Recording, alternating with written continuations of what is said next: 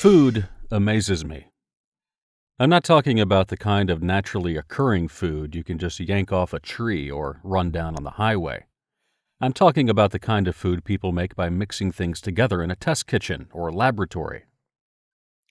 When I was a kid, a friend and I would attempt to make our own food by cramming random items from the refrigerator, pickles, ham, yogurt, cardboard packaging, etc., into a blender. Nothing we came up with would ever be served in a restaurant or given to the homeless. Everything we came up with looked like vomit, even before it actually became vomit. I doubt that many of your finer restaurants create their menus based on dares. Dude, I totally dare you to take this braised breast of duck and blend it with some generic cat food and Tylenol. I often wonder how ancient peoples came up with the idea of mixing different foodstuffs together to come up with entrees that actually taste good. Was it trial and error? Did ancient man first try peanut butter and okra before peanut butter and jelly? And how could he be certain that mixing peanut butter and jelly wouldn't set off an explosive chemical chain reaction that could destroy his entire village? Did he put some peanut butter and jelly together and then run off real fast just in case?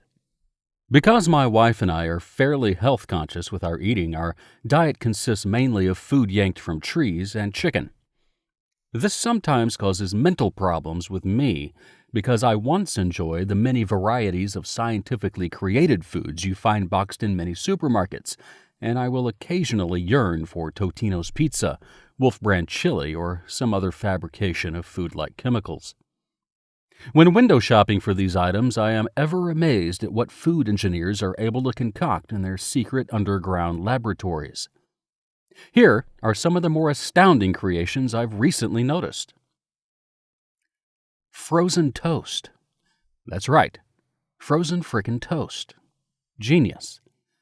Long gone are the days when you had to go through the trouble of putting butter on a piece of bread and then placing it in a toaster.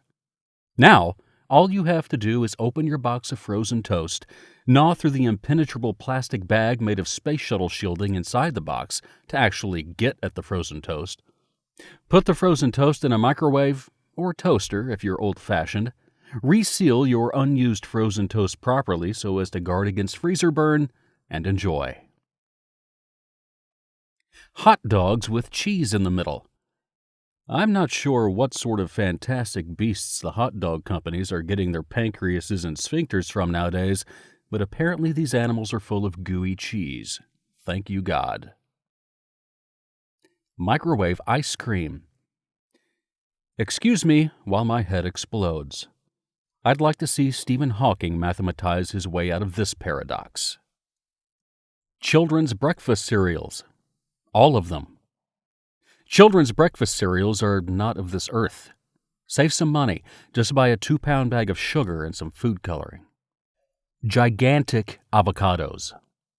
Now, I know this may sound like a food you simply yank from a tree, but the gigantic avocados I'm talking about are huge. Much more huge than natural evolution can account for. These avocados must be the result of scientific tampering. I saw my first one just a few days ago, and this thing was, I'm not kidding, the size of a regulation softball. Gigantic, I tell you. I imagine at night, once the grocery store employees are all gone, that these avocados are the scourge of the produce section, rolling en masse from their bin and raiding the weaker, more defenseless fruits and vegetables like the poor little Roma tomatoes. Only the spicy habanero peppers might be able to stop them, but they are all taking a siesta.